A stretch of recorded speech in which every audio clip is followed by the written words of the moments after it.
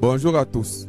Nous allons poursuivre avec notre formation en gestion commerciale, notre logiciel Joule. Et aujourd'hui, nous allons aborder le cœur du sujet. Mais avant d'y arriver, je vais aborder quelques modifications qui ont été apportées au niveau de notre base de données. Dans une application de gestion commerciale professionnelle, le stock ne se modifie jamais directement.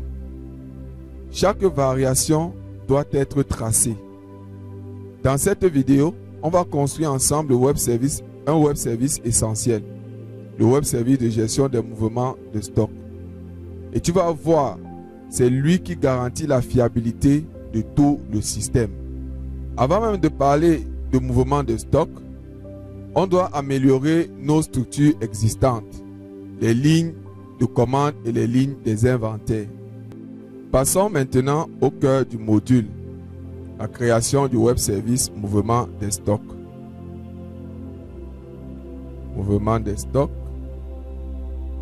Et ici, on ne veut pas la lecture, on ne modifie pas un stock. On va laisser la création et de manière exceptionnelle la suppression. Et on aura la lecture que nous allons modifier.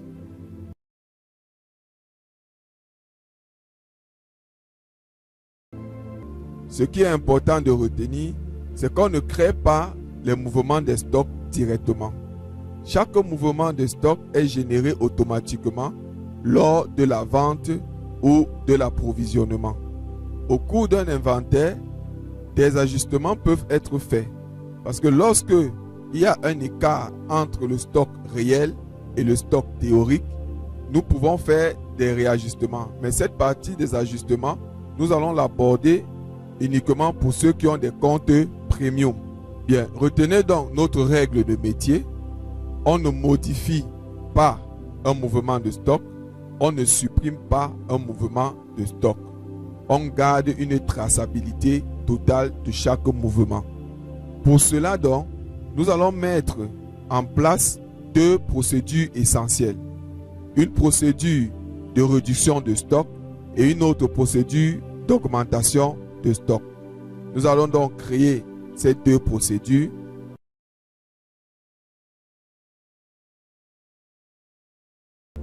Parce que la création ne se fera pas à partir du web service. Elle se fera uniquement lorsqu'il y aura un mouvement dans les stocks. C'est-à-dire que lorsqu'on va enregistrer les lignes, soit les lignes de commande, soit les lignes de vente. Passons maintenant de l'intégration des mouvements de stock lors de l'enregistrement d'une vente et lors d'un approvisionnement. Lorsqu'on va donc faire une vente, nous serons en sortie de stock et lorsqu'on va faire un approvisionnement, ce sera une entrée de stock.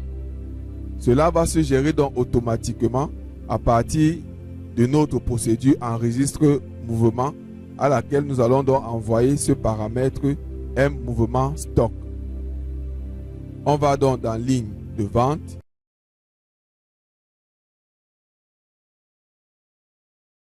Voyez-vous, lorsqu'il y aura donc une vente ou un approvisionnement, le stock diminue ou augmente sans intervention manuelle. Et le stock est aussi mis à jour automatiquement. Lorsqu'il y a un approvisionnement, le stock est à jour de manière automatique. Voilà donc pour notre mouvement des stocks et comment vous pouvez incrémenter et décrémenter automatiquement vos stocks. Allons maintenant mettre en place tous les points d'entrée des mouvements des stocks.